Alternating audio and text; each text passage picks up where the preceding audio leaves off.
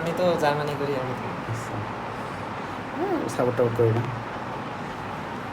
দেখো তাহলে আজকে হলো আমাদের অ্যালকেনের প্রস্তুতি। তাহলে অ্যালকেন হলো এক ধরনের কি বলতো সম্পৃক্ত যৌগ, এক ধরনের এটা সম্পৃক্ত যৌগ না, এখানে কোনো দ্বিবন্ধন বা ত্রিবন্ধন নাই। ওকে, এবং আমরা জানি এটা বলি এটা বেসিক যৌগ না, প্রথম দিকের যৌগ। তো এটার গাঠনিক সম্পদ আমরা জানি CnH2n+2, তাই না? ওকে, তো আসলে এর প্রস্তুত প্রণালী অর্থাৎ আমরা অ্যালকেন কী কীভাবে তৈরি করতে পারি, বুঝছো? তো এইগুলো আসলে এখানকার পড়া।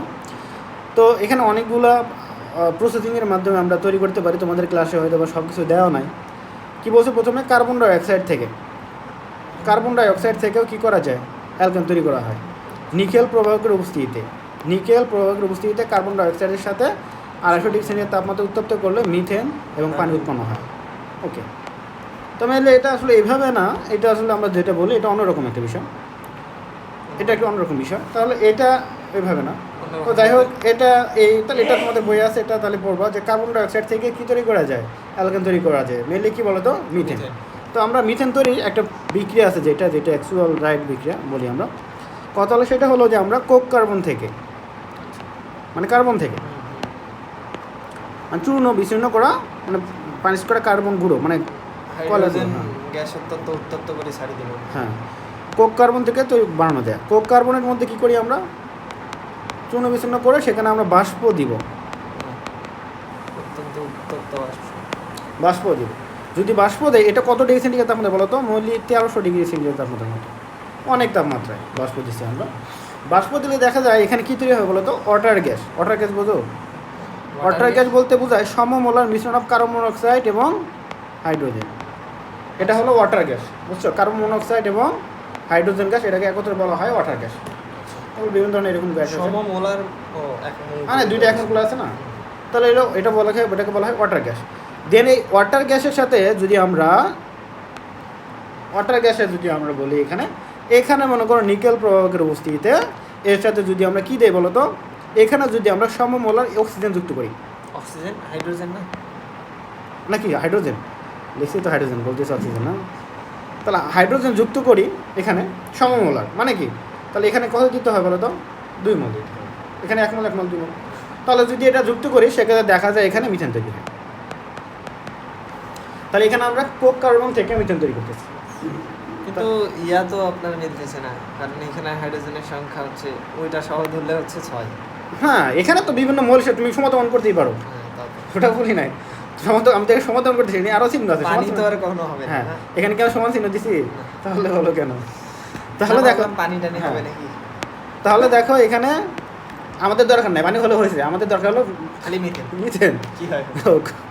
তাহলে এখানে আমাদের নিকেল প্রয়োগ আর যেখানে 250 ডিগ্রি সেন্টিগ্রেড তাপমাত্রা মানে সম্ভবত ছিল, তো ব্যাপার না। কথা হলো আমরা জানলাম এটা, তাহলে কোক কার্বন থেকে কী তৈরি করা যায়, মিথেন তৈরি করা যায়। সেক্ষেত্রে প্রথমে আমাদের বাষ্প মানে অধিক তাপমাত্রা বলতে পারো যে 1300 ডিগ্রি সেন্টিগ্রেড তাপমাত্রায় বাষ্প চালনা করলে সেক্ষেত্রে ওয়াটার গ্যাস হবে, বুঝছো? সমমোলার কার্বন মনোক্সাইড এবং হাইড্রোজেন, ওয়াটার পানি গ্যাস, ওয়াটার গ্যাস তৈরি হবে। এবং ওয়াটার গ্যাসের সাথে যদি হাইড্রোজেন সংযোজন করি নিকেল প্রবাহকের উপস্থিতিতে, একটা জিনিস মনে রাখবা, যেখানেই হাইড্রোজেন সংযোজন আছে সেখানে কী বলতো প্রবাহক হিসাবে নিকেল ব্যবহার করা হয়। প্লাটিনাম ব্যবহার করা, নিকেল ব্যবহার করা, মেলে নিকেল দিতে পারবো এখানে ব্যবহার করতে। ওকে, এখানেও দেখো হাইড্রোজেন সংযোজন কী বলছে বলো তো, নিকেল না, নিকেল প্রভাবক ব্যবহার করা হয়ে থাকে।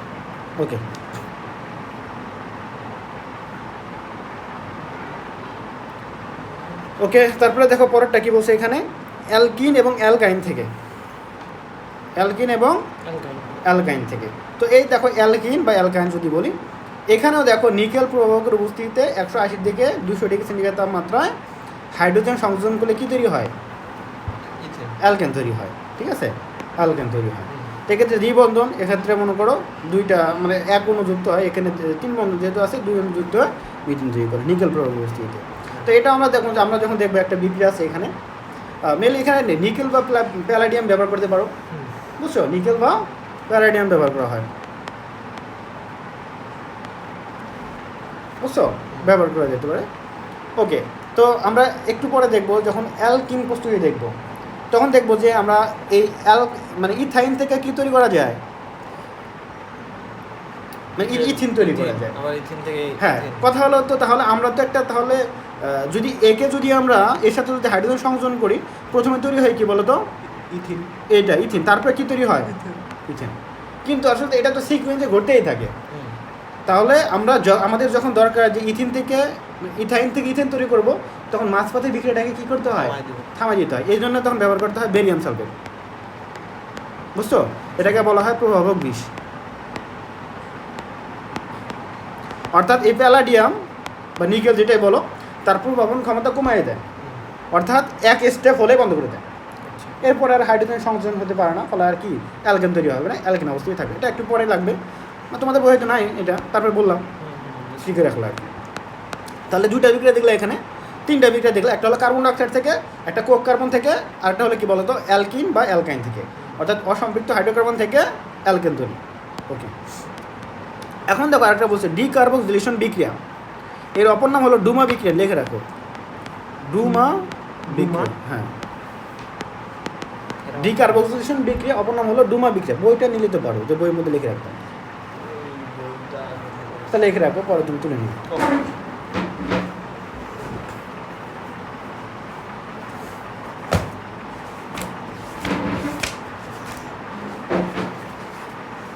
ডুমা। হ্যাঁ, ডুমা।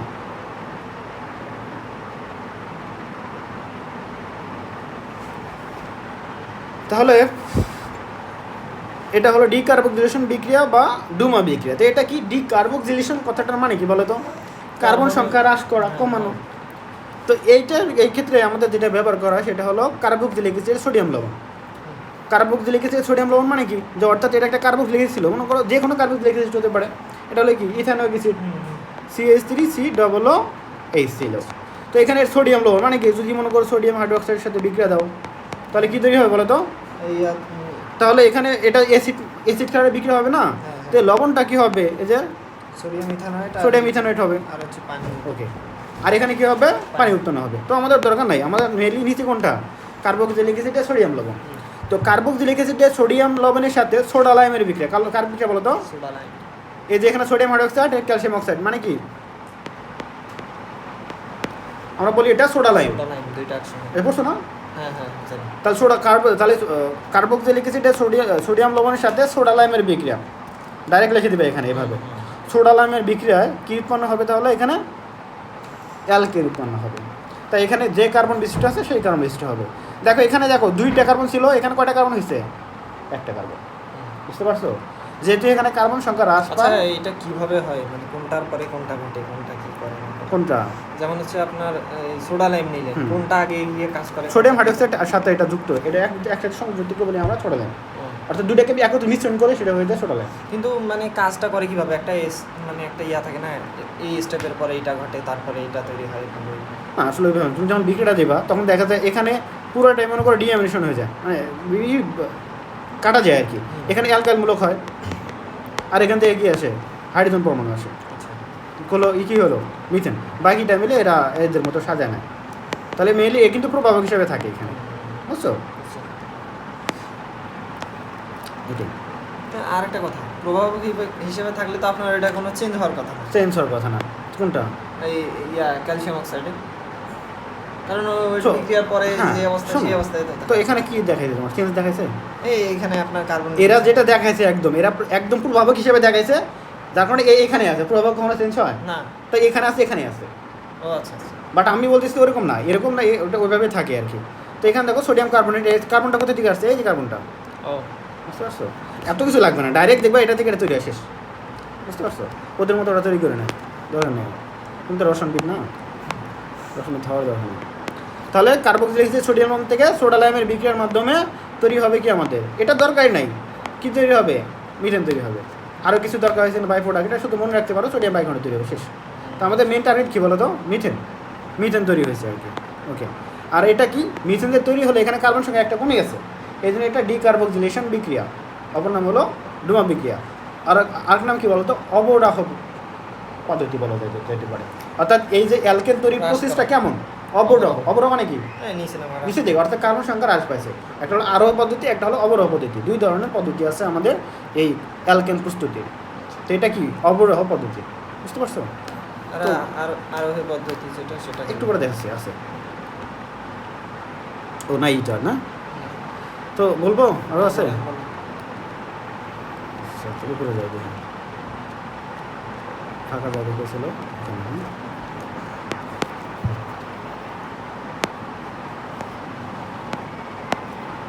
এটা তুলে দাও নাই কিন্তু বই নেই। তো আরও বিভিন্ন প্রসেসের মাধ্যমে যায়, যেমন হলো পেট্রোল সংশ্লেষণের মাধ্যমে পাওয়া যায়, ওটা ইম্পর্টেন্ট না। তো যেটা ইম্পর্টেন্ট কিছু বলতেছি আমি, যেমন বললাম যে অ্যালকাইল হ্যালাইড থেকে, অ্যালকাইল হ্যালাইড থেকে তৈরি করা যায় অ্যালকাইল হ্যালাইড। অর্থাৎ কী বলো তো, অ্যালকাইল হ্যালাইড মানে আর সিএল, তাই না? আরটা যে কোনো কিছু হতে পারে, মিথাইল হ্যালাইড হতে পারে, তাই না? তো এই অ্যালকাইল হ্যালাইড থেকেও কী পাওয়া যায় বলো তো, অ্যালকেন পাওয়া যায়। তবে সেই ক্ষেত্রে আমাদের ডাবল হয়ে যায়, অর্থাৎ যদি এক কারণ বিশিষ্ট হয় 2 কারণ হয়ে যাবে, 2 কারণ বিশিষ্ট হলে 4 কারণ বিশিষ্ট হবে, একদম ডাবল। এটাকে বলা হয় অ্যালকাইল হ্যালাইড থেকে এই অ্যালকেন তৈরির বিক্রিয়াকে কী বলা হয়, উডস বিক্রিয়া। কী বলা হয়? উডস কোনো বিজ্ঞানীর নামে নাকি? বিক্রিয়া, হ্যাঁ উডস বিক্রিয়া। আরেকটা বিক্রিয়া আছে উডস ফিটিক বিক্রিয়া, ওটা এখন না, এটা বলুন না এখন উডস বিক্রিয়া, ওটা আরেকটা বিক্রিয়া, ওটা হলো মানে উডস ফিটিক আছে, ওটা হলো অ্যারোমেটিক যুগের বিক্রিয়া, তোমার অ্যারোমেটিক যুগ নাই। তো এটাকে বলা হয় উডস বিক্রিয়া, বুঝতে পারো? ওকে, তো উডস বিক্রিয়া এটা তাহলে কীভাবে করা হয়? এই বিক্রিয়া করার জন্য আমাদের অ্যালকাইল হ্যালাইড তো লাগবে, অ্যালকাইল হ্যালাইড। তো এক্ষেত্রে 2 মোল অ্যালকাইল হ্যালাইড মানে 2 ইউনিট অ্যালকাইল হ্যালাইড বিক্রিয়া করে, বুঝছো? এক্ষেত্রে প্রভাবক লাগে হলো সোডিয়াম, প্রভাবক লাগে হলো সোডিয়াম লাগবে। তাহলে এক্ষেত্রে কিন্তু যেহেতু বললাম যেখানে ডাবল হয় কার্বন সংখ্যা, তার মানে এখানে 2 মোল লাগবে, 2 মোল। তো এখানে আমরা এভাবে 2 দিতে পারি, ডাইরেক্ট থেকে 2টা যোগ, এটাই ভালো লাগে, একবারে 2 দেওয়া। তো এটাই কারণ বুঝাচ্ছে যে এখানে 2টা অ্যালকাইল হ্যালাইড একসাথে যুক্ত হচ্ছে, বুঝছো? তো এখানে দেখো যুক্ত হয়ে তৈরি করে, কিন্তু এই জন্য একটা প্রভাবকের দরকার পড়ে, এটা হলো ইথার, শুষ্ক ইথার, বুঝছো? অর্থাৎ ইথানয়েড ইথাইল ইথার ব্যবহার করতে পারো, দরকার নেই সংকেত। ইথাইল ইথার C2, তার কী হবে H5 CO কেন শুধু ও হ্যাঁ শুধু ইয়ে আছে, ঠিক আছে। অ্যালকোহলের তাহলে এটা ইথোক্সি ইথেন বলতে পারো, অথবা বলতে পারো কি বলো তো ইথাইল ইথার বা ইথোক্সি ইথেন। মেনলি আমরা ইথাইল ইথার এটা নর্মাল কমন সাধারণ নামে বলি, আর ইউপ্যাক নামকরণে আমরা বলি ইথোক্সি। যে একটা কথা, কেউ যদি ধরেন যে এইটার আণবিক সংকেত লিখে দেয়, বললাম যে সব একসঙ্গে ইয়া করে একসঙ্গে লিখে দেয়, হ্যাঁ ওটা তো ঠিক আছে। এখন যদি হচ্ছে পরে কেউ গঠন লিখতে যায়, অ্যালকোহলের গঠন লিখে ফেলে, হ্যাঁ এইটাই লিখতে পারে, এটা নরমাল, এটা হয়। ধরেন যে ওইরকম এখন এটা তো হবে না, এই জন্যই তো বিষয়টা হলো যখন বাজারে পাঠিয়ে দিল আণবিক সংকেত লিখে, আণবিক সংকেত লিখলে তো হয় না, আণবিক সংকেত লিখে দিলে তো ভুল হয়ে যাবে। তার কারণ এখানে ব্যাপার আছে, গার্নিক সংকেত আর আণবিক সংকেত এখানে একটা জৈব রসায়নের একটা ব্যাপার আছে, কারণ অ্যালকোহল আর ইথারের একই জিনিস, অ্যালডিহাইড আর কিটোনের একই জিনিস, এগুলো একটা ঝামেলা আছে, বুঝছো?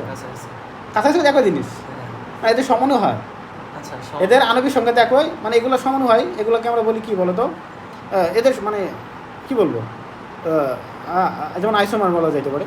অর্থাৎ এদের কি বলতো, এদের আণবিক সংকেত একই, বাট গাঠনিক সংকেত সমানও বলা যায়, সমানও বিভিন্ন টাইপের সমানও আছে, বুঝছো? এইটা হলো মেলে কার্যকারী মূলক সমানু বলা হয়। অর্থাৎ কার্যকারী মূলকের ভিন্নতার কারণে যে সমান উদ্ভব হয় তাকে বলা হয় কার্যকারী মূলক সমানু। এরকম দেখবে ইন্টার অনেক পেপার, এই সমানুকে মোটামুটিভাবে প্রথম 2 ভাগ করা হয়।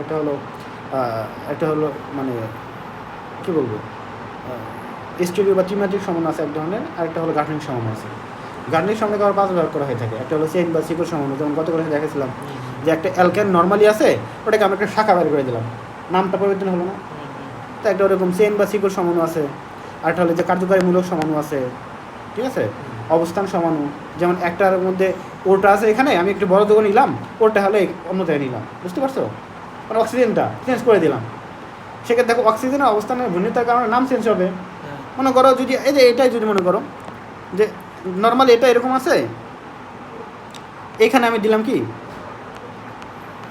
CH2 CH2 CH3, তাহলে এটা নামকরণ আলাদা হবে না, এবং এই পাশে ছোটো চার্জ হলে আমি এই পাশে নামকরণ করলাম। বাট এখানে যদি আমি কি করি, এইটা আমি এই পাশে মাঝে দিই, তখন কী হবে, দুই পাশে সেম সেম যদি হয় তখন নাম আলাদা হবে, চেঞ্জ করা যায় বলটা। এই জন্য কার্যকরী মূলকের অবস্থানের পরিবর্তন হেতু কী হয়, ভিন্ন সমতার উদ্ভব হতে পারে, বুঝছো? একে বলা হয় অবস্থান ও সমতা। না, আপনার তো এই পাশে দুই পাশে সমান হবে না, কারণ কার্বন থেকে সমান না হলো তাহলে তখন এখন যে নামটা আছে নামটা চেঞ্জ হবে কিনা হ্যাঁ, ওটাই বোঝাচ্ছি আর কি। যদি এখানে আরেকটা দেই তখন সমান হবে, তো কথা হলো পরিবর্তন হচ্ছে তো নাকি, এইটাই। আবার কিছু ক্ষেত্রে কার্যকরী মূলকের ভিন্নতার কারণে হয়, যেমন আছে কি যেটা দেখলাম এখানে, যেমন এটাই দেখালাম যে ইথানল যদি বলি CH3 বিটনল CH2 OH, এটা যদি বলি এটা কি বলো তো, ইথানল। এটাকে তুমি লিখতে পারো কি হিসাবে, ও এখানে ইথার হিসেবে দেখা যাবে। নিচে মিথেন লেখা যাচ্ছে। তো ওই যে তুমি যেটা বললা, যদি আণবিক সংকেত লিখে দেওয়া যায় চেনা যাবে না, বুঝছো? আবার অ্যালডিহাইড এবং কিটোনের মধ্যে হয়ে থাকে অ্যালডিহাইড, কিটোন, অ্যালকিনল, এই তিনটা সেম, অ্যালডিহাইড, কিটোন এবং অ্যালকিনল। অ্যালকিনল মানে কি বলতো, অর্থাৎ অ্যালকোহল আছে সাথে ডিউমেন আছে। আচ্ছা আচ্ছা আচ্ছা। যেমন এক বিষয়টা দেখো, আমি একটু দেখাই ইন্ডাস্ট্রি বিষয়, CH3 CH2 CH, তো এটা কি হলো, ইথানল, এই কি প্রোপানল, প্রোপানেল, তাই না? অ্যালডিহাইড, হ্যাঁ, তাহলে অ্যালডিহাইড, তাহলে এটাকে কিটোন বানানো যাবে, CH3 CO। দেখো তো ঠিক আছে না? হ্যাঁ ঠিক আছে। আচ্ছা, তো এটাকে আবার কি করা যেতে পারে বলো তো, যেটা বললাম অ্যালকিনল, অর্থাৎ কি হবে বলো তো, এই যে এটা এইভাবে করা যেতে পারে, CH3 COH double one CH2। দেখো তো ঠিক আছে কিনা, হ্যাঁ ঠিক আছে।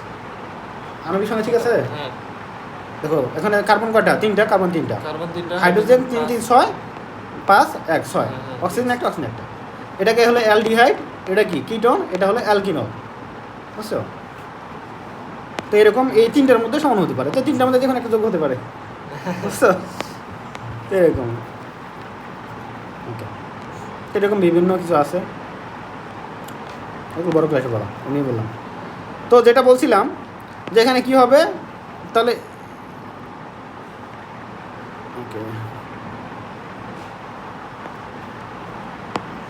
তাহলে শুষ্ক ইথারের উপস্থিতিতে, শুষ্ক ইথারের উপস্থিতিতে কী প্রভাবের উপস্থিতিতে, দুই মোল সোডিয়াম, মানে সোডিয়াম, সোডিয়ামের সাথে বিক্রিয়া করে তৈরি করে কি বলতো, শুষ্ক ইথার উপস্থিতি সোডিয়ামের সাথে বিক্রিয়া করে এখানে আমার তৈরি হবে অ্যালকেন, এবং সেটা কী হবে বলতো, ডাবল হয়ে যাবে। তাহলে এটা কী হবে, মিথাইল ক্লোরাইড ছিল কী হবে, ইথেন তৈরি হবে, বুঝতে পারছো? তো এইটাকে মেইনলি বলা হয় এখানে, তাহলে এখানে সোডিয়াম আছে, কী তৈরি হবে বলতো, সোডিয়াম ক্লোরাইড, ও আচ্ছা, এখন দেখতে সোডিয়াম ক্লোরাইড তৈরি হবে। তো এখানে ইথেন তৈরি হয়ে গেল, তাহলে এটাকে বলা হয় ডিকার্বক্সিলেশন, মানে কী বলা হয়, উর্জ বিক্রিয়া বলা হয়। অ্যালকাইল হ্যালাইড থেকে আমরা অ্যালকেন তৈরি করলাম। তো এখানে বলতে পারো যে এখানে শুষ্ক ইথার ব্যবহারের কারণ কী বলো তো, সেটাই তো। আর শুষ্ক ইথার ব্যবহারের কারণটা হলো এখানে সোডিয়াম তো খুবই সক্রিয় একটা ধাতু, হ্যাঁ। না এর দেখা যাক জলীয় বাষ্পের সাথে বিক্রিয়া করে সোডিয়াম হাইড্রোক্সাইড বিক্রিয়া তৈরি করতে পারে, আবার অক্সিজেনের সাথে বিক্রিয়া করে সোডিয়াম অক্সাইড তৈরি করতে পারে, পানিটা শুষে নেবে। হ্যাঁ, এবং দেখা যাচ্ছে তৈরি করতে পারে। এজন্য এমন একটা পরিবেশে দিতে হয়, মানে শুষ্ক ইথারে দ্রবীভূত সোডিয়াম নিতে হয়, আচ্ছা আচ্ছা। মেনলি কথা যে শুষ্ক ইথারে দ্রবীভূত সোডিয়াম নিতে হয়, যাতে করে সে পানির সাথে জলীয় বাষ্পের সাথে অথবা অক্সিজেনের সাথে বিক্রিয়া না করতে পারে, বুঝছো? এটা থেকে অনেক জায়গায় ব্যবহার করে, রসায়নে, জৈব রসায়নে ম্যাক্সিমাম টাইমে তুমি যখন সোডিয়াম ব্যবহার করবা তখন শুষ্ক ইথার নেওয়া হয়, বুঝছো? তাহলে শুষ্ক ইথারে থাকলে সেটা কী হয় বলো তো, বাইরে কারোর সাথে বিক্রিয়া করতে পারে না, এইটা একটা। তো এটা একটা বিষয়। আরও কিছু আছে, যেমন যদি বলি ক্লিমেনশন বিজারণ, লিখে নিতে পারো, ক্লিমেনশন বিজারণ বিক্রিয়া। তাহলে ক্লিমেনশন বিজারণ বিক্রিয়ার মাধ্যমে কী তৈরি করা যায়, অ্যালকেন তৈরি করা হয়, ক্লিমেনশন বিজারণ।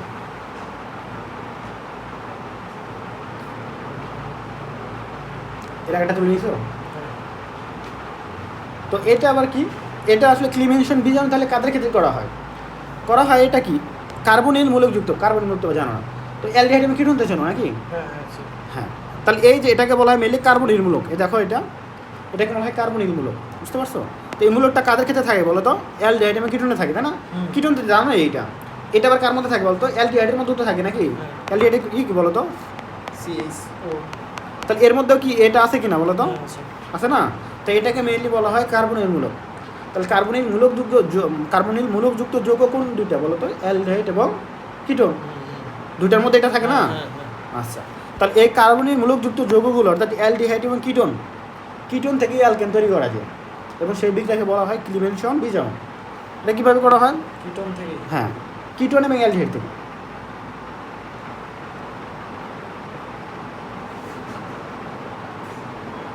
সাথে এই যে কার্বনিল মূলকটা লিখে দাও, দেখো।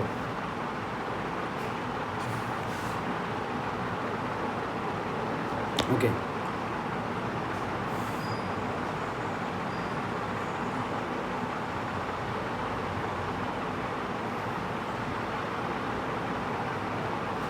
তো এখানে কি হয় যে মনে করো আমি নিলাম এখানে CH3C,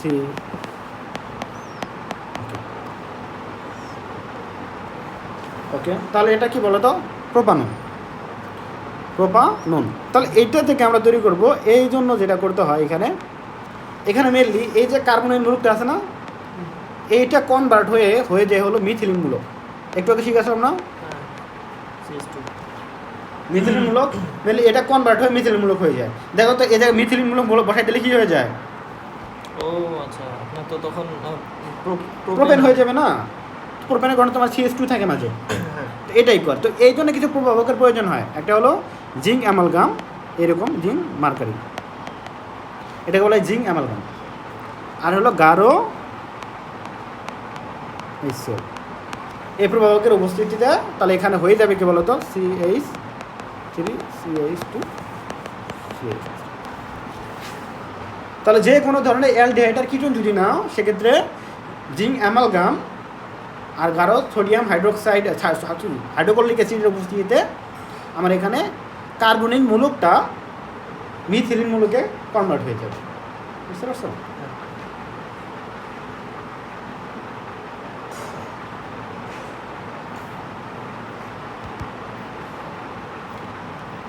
আরেকটা আছে, বলবো? ওইটা যেমন গ্রিক নাট বিকারক, বুঝছো? নাম মনে রাখো, গ্রিক নাট বিকারক থেকে, গ্রিক নাট বিকারক থেকে অ্যালকেন। তাহলে গ্রিক নাট বিকারক থেকে অ্যালকেন প্রস্তুত করা যায়। তাহলে গ্রিক নাট বিকারক কি? এটা দুই ধরনের হয়। একটা হলো অ্যারাইল ম্যাগনেসিয়াম হ্যালাইড, আর একটা হলো অ্যালকাইল ম্যাগনেসিয়াম হ্যালাইড। অর্থাৎ একটা হলো অ্যারোমেটিক যৌগের জন্য এক ধরনের আছে, একটা হলো অ্যারোমেটিক মানে অ্যালিফেটিক যৌগের জন্য এক ধরনের গ্রিক নাট বিকারক থাকে। অর্থাৎ আমরা এইভাবে লিখি AR মানে অ্যারাইল মানে কি? বেনজিনের বলাই আছে যেখানে একটা, মানে ফিনাইল মূলক মানে কি? একটা বেনজিন আছে না, এই যে এটা কি বলো তো? বড় ক্লাসে পড়া, এটা কি বেনজিন বলা হয়, বেনজিন। তো এখান থেকে যদি একটা হাইড্রোজেন তুলে দেয়, একটা হাত ফাঁকা হয়ে গেল না, এটাকে বলা হয় ফিনাইল মূলক। ফিনাইল মানে বেনজিনের একটা হাইড্রোজেন চলে গেলে যেমন মানে অ্যালকেনের যদি একটা হাইড্রোজেন চলে যায় অ্যালকাইল বলি না, ঠিক বেনজিনের একটা হাইড্রোজেন চলে গেলে আমরা ফিনাইল মূলক বলি। বা এখন তুমি কি করতে পারো? ফিনাইল বলতে পারো। আমরা যেহেতু এটা কি বলতে অ্যারোমেটিক, তো এটা কি বলি? অ্যারাইল বলতে পারি। লিখে রাখো অ্যারাইল, অ্যারাইল সঙ্গে প্রকাশ করি AR দ্বারা। হ্যাঁ, যে AR, অ্যারাইল ম্যাগনেসিয়াম হ্যালাইড, অথবা হতে পারে কি alkyl magnesium halide, alkyl magnesium halide. যদি এভাবে লেখি না, বাংলা লেখা হয় আর কি, অ্যারাইল মানে অ্যালকাইল। আমি এটা বোঝানোর জন্য দিলাম আর কি। তো এটা কেমন হতে পারে? অ্যারাইল যেটা, তার মানে এটার সাথে বেনজিন বলাই থাকতে পারে। তার মানে কি? এই যে এটা বেনজিন বলতে এই যে C6H6 থাকে না, তাহলে 5 দিলাম, ম্যাগনেসিয়াম ক্লোরাইড। হ্যালোজেন হতে পারে যে কোনো একটা। তো এটা হলো কি বলো তো? অ্যারাইল ম্যাগনেসিয়াম হ্যালাইড মানে কি, বা বেনজাইল ম্যাগনেসিয়াম ক্লোরাইড। আরেকটা হতে পারে কি এখানে, যেমন মিথাইল ম্যাগনেসিয়াম ক্লোরাইড করতে পারো, অ্যালিফেটিক মানে অ্যালিফেটিকের যেটা আছে, যেমন মিথাইল ম্যাগনেসিয়াম কি বলো তো? ক্লোরাইড। তো এটা মেনলি আমরা অ্যালকাইল যদি বলি, অ্যালকাইল তো আমরা আর দিয়ে প্রকাশ করি না, এইভাবে হয় আর কি। Alkyl magnesium halide. তো এটা হলো অ্যালকাইল ম্যাগনেসিয়াম হ্যালাইড। তো এই অ্যালকাইল ম্যাগনেসিয়াম হ্যালাইড থেকে তো আমরা এখানে কী তৈরি করবো? অ্যালকেন। অ্যালকেনে কি বেনজিন নিয়ে আসলে হবে না। না, তাহলে কী নিতে হয় বলো তো? অ্যালকাইল ম্যাগনেসিয়াম হ্যালাইড আর ম্যাগনেসিয়াম হ্যালাইড, এখানে সি দিলাম, মনে করো এক্স হবে, বুঝছো? তো এখানে যদি আমরা এর সাথে এটার সাথে যদি আমরা পানি যুক্ত করি, কি বলো তো? এটা এমন একটা বিকারক, এটা দ্বারা আমরা সকল ধরনের মোটামুটি যৌগ তৈরি করতে পারি। কিন্তু সেটা ডিপেন্ড করবে আমি এখানে কী ইউজ করতেছি। এখানে পানির সাথে বিক্রিয়া দিলে একরকম, অন্য অ্যালকোহলের সাথে বিক্রিয়া দিলে একরকম, মানে এটা ভেরিয়েবল ডিপেন্ড করে, বুঝছো? অত জানা যাবে জানা লাগবে একটা কথা, সেটা হচ্ছে আপনার বিকারক আর বিক্রিয়কের মধ্যে পার্থক্য। বিকারক বিকারক বা বিক্রিয়ক, বিকারক হিসাবে ওই একই জিনিস। প্রভাবক আর বিকারক কিন্তু এক না। বিকারক বলতে যারা বিক্রিয়া করতেছে, বিক্রিয়া করাই দিয়েছে, এরকম একই জিনিস বোঝায়। আর বিকারক বা বিক্রিয়ক একই জিনিস, যারা বিক্রিয়া করতেছে। আর প্রভাবক, তুমি হয়তো ভাবতেছো না প্রভাবক আর বিকারক একই জিনিস, না, দুইটা আলাদা জিনিস। তারা বিক্রিয়া ঘটাতে সহায়তা করে, বাট নিজেরা অপরিবর্তন থাকে, তাদেরকে বলা হয় প্রভাবক। না, ওইটার কথা বলি না, আপনার হচ্ছে বিক্রিয়ক আর হচ্ছে বিকারক, এই দুটোর মধ্যে পার্থক্য। কিন্তু অনেকগুলো এখন যা বলা হয় যে সেকেন্ড যেটা ইউজ করা হয় সেটাকে বিকারক বলা হয়, যে আসলে যেটা বিক্রিয়ার সঙ্গে তো অনেক বিক্রিয়ককে তো আপনার বিকারক বলে না। ধরেন যে পানিকে তো কোন জায়গায় দেখলাম না যে বিকারক বলে না, যেখানে বিক্রিয়া করবে সেখানে অবশ্যই বিকারক বলা হবে। দুইটা একই। হ্যাঁ, একই জিনিস। যেমন বিকারক আর উৎপাদক বলা হয় না এইভাবে, বিক্রয়ক বা বিকারক বিক্রয় করতেছে।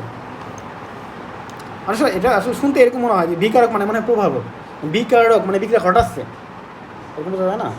ওই রকম না, কিন্তু হচ্ছে এইটা কিছু জায়গায় শুনছি তো, সব জায়গায় আসলে সব পাশে ইউজ করা হয় না, এটাই হল কথা। তবে আমি দেখলাম কী যেন দেখলাম, এই যে হ্যাঁ অনুঘটক, কালকে পড়াছিলাম। ও আচ্ছা, অনুঘটক, প্রভাবক একই তো, একই না এগুলা? বাংলা একটু এনজাইম, এনজাইম হচ্ছে বিক্রিয়া করতে সহায়তা করে, সবগুলো একই জিনিস। বায়োলজিতে তো মানে এনজাইম না বানায় একবারে ইয়া করতে পারতো, বাংলা দিয়ে ইয়া। ওখানে ওই যে বায়োলজি পড়তে দেখলাম দুই প্যারা, সামনে আগের প্যারায় লেখা আছে অনুঘটক, তারপর লেখা আছে প্রভাবক, মানে এভাবে এনজাইম। আচ্ছা আচ্ছা, তাই স্টুডেন্ট তো কনফিউশন হয়ে যাবে আসলে কোনটা কি, না? কিন্তু কথা হলো একই জিনিস। তাহলে বাংলা এক্সট্রা। হ্যাঁ, অনেক ভাষায় বলা যায়, অনেকভাবে বলা যায় বাংলায়। তো এখন ওই যে একটা জিনিসে বারবার ব্যবহার করে, বা ওখানে যদি ব্র্যাকেট দিয়ে লিখতো অনুঘটক বা প্রভাবক এরকম, তো কনফিউশনটা হওয়া স্বাভাবিক। যে একটা জিনিস তাহলে বারবার বলবো, অন্য নাম বলবো কেন? নিশ্চয়ই ইংলিশে বলতো, হ্যাঁ, কত কাহিনী বাংলা বানায় একদম হজমের। তাহলে দেখো এখানে, তাহলে এখানে যদি বিক্রিয়া করি সেক্ষেত্রে কী হয় বলো তো? বিক্রিয়া করলে এখানে যেটা হয়, এখানে এই যেখান থেকে কীটা আসে, শুধুমাত্র এইচ প্লাসটা আছে, আর হাইড্রোক্সিল মিলটা আলাদা। তাহলে এখানে দুটো জিনিস হয় না, এইচ প্লাস এইচ, আর কী হয় হাইড্রোক্সিল, দুটো জিনিস। এখানে এইচটা আমাদের যুক্ত হয় এখানে আর এর সাথে, তাহলে কী তৈরি হলো? অ্যালকেন। আর যেটা থাকে ম্যাগনেসিয়াম, বেসিক ম্যাগনেসিয়াম ক্লোরাইড বলা হয়। কী বলা হয়? বেসিক ক্ষারীয় ম্যাগনেসিয়াম ক্লোরাইড। ক্ষারীয়, বেসিক মানে কি? ক্ষারীয় মানে হাইড্রোক্সিল মূলক যুক্ত, তো এই জন্য বলা হয় বেসিক ম্যাগনেসিয়াম ক্লোরাইড। ওকে, পুরো বিক্রিয়াটাই লিখে দিতাম, লিখছো? এটা তো পুরো বিক্রিয়া হলো না। না না, মানে নামটা লিখতে দিয়েছিলাম। Basic magnesium chloride.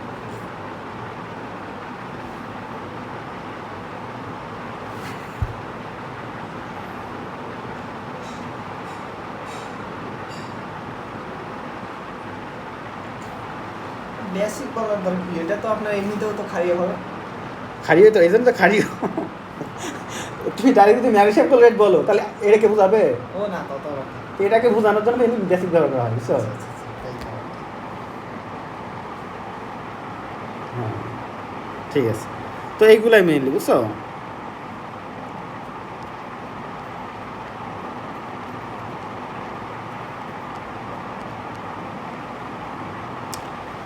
এখন দেখো অ্যালকেনের ধর্ম, এটা আমরা অলরেডি আগে পড়ছি যে ভৌত ধর্ম কী কী। সম্পৃক্ত হাইড্রোকার্বন এবং অ্যালকেনের গলনাঙ্ক স্ফুটনাঙ্ক এবং এদের ভৌত অবস্থায় অ্যালকেনের কার্বন সংখ্যার উপর নির্ভর করে। এখানে আবার ঠিকই লিখছে, অন্যরা বললে একই রকমের ধর্ম। তাহলে এদের কার্বন সংখ্যার উপরে কিন্তু এদের ভৌত ধর্ম নির্ভর করবে, কিন্তু রাসায়নিক ধর্ম কি সবার একই। কার্বন সংখ্যার পরিবর্তন হলে ভৌত ধর্মের পরিবর্তন হয়। যেমন 1 থেকে 4 পর্যন্ত কি বলতো স্ফুটনাঙ্ক কক্ষতামাত্রা নিচে, তাই এগুলো গ্যাসীয় অবস্থায় থাকে। এবং 5 থেকেও, আমি তো কালকে বলছিলাম 13 বলছিলাম এরকম 12 না, তো 15 অবধি কার্বন সংখ্যা 15 পর্যন্ত স্ফুটনাঙ্ক কক্ষ তাপমাত্রা কী থাকে, উপরে থাকে, এই জন্য এগুলো তরল থাকে। এবং তার উপরে যদি যায় সেক্ষেত্রে কী হবে বলো তো, কঠিন হয়ে যাবে, বুঝছো? ওকে, রাসায়নিক ধর্ম যদি বলি, আগে বলা হয়েছে অ্যালকাইন সম্পদ রাসায়নিকভাবে অনেকটা নিষ্ক্রিয় থাকে, তাই এদেরকে যেমন এরা কি সাধারণ অবস্থায় অ্যাসিড, ক্ষারক, জারক বা বিজারকের সাথে বিক্রিয়া করে না সাধারণ অবস্থায়, বিভিন্ন প্রভাবটা ব্যবহার করে বা ইউরোসি এগুলো বিভিন্ন কিছু কারণে বিক্রিয়া করতে করে না, তবে সাধারণত তারপরও এরা কিছু রাসায়নিক বিক্রিয়া অংশগ্রহণ করে, বুঝছো? যেমন এখানে যদি বলি যে এই জন্য বিক্রিয়া অংশগ্রহণ করার জন্য এদেরকে কী বলা হয়, প্যারাফিন বলা হয়, আসক্তিহীন। এবং বিক্রিয়া সাধারণ এদের কিছু বিক্রিয়া আছে, যেমন দেখো যে অতি বিগুণের রশ্মির উপস্থিতিতে বিক্রিয়া করে ক্লোরিনের সাথে সংযোজন বিক্রিয়া দিয়ে থাকে, বুঝছো? হ্যাঁ, দিয়ে থাকে ক্লোরোমিথেন, এইগুলো সব দিতে দেয় আর কি, একই জিনিস, এটা কন্টিনিউসলি বলছে আর কি। ওর অক্সিজেনের সাথে দহন বিক্রিয়া দেয়, আবার মিথেন তো এটা দেয় আমরা জানি। এবং দেখো এটা কিন্তু অপূর্ণ দহনের ক্ষেত্রে কার্বন মনোক্সাইড এবং সম্পূর্ণ দহনের ক্ষেত্রে কার্বন ডাইঅক্সাইড। এটা মেডিকেলের একটা প্রশ্ন ছিল যে, হ্যাঁ মেডিকেলের প্রশ্ন ছিল, বুঝছো? কি প্রশ্ন ছিল? যে এখানে এরকম একটা প্রশ্ন ছিল যে, ওরকম ছিল যে জৈব জ্বালানির, ওইরকম ছিল জ্বালানির বা জৈব যৌগের অসম্পূর্ণ দহনের ফলে নিচে কোনটি তৈরি হয়, বা প্রাকৃতিক গ্যাসের, এরকম একটা কিছু ছিল আর কি, আসতেছে না মানে বুঝাচ্ছে আর কি, যে এরকম প্রাকৃতিক গ্যাসগুলো, তাহলে অসম্পূর্ণ দহনের মাধ্যমে কী তৈরি হবে, কার্বন মনোক্সাইড। অপশন ছিল কার্বন ডাইঅক্সাইড, কার্বন মনোক্সাইড, অনেকগুলো ছিল, অ্যান্সার হবে কার্বন মনোক্সাইড। সহজ প্রশ্ন। ওকে, ঠিক আছে, তাহলে এইগুলাই পড়া মুস্ত করো। তো তাহলে অ্যালকিন এবং অ্যালকাইন আমরা দেখবো।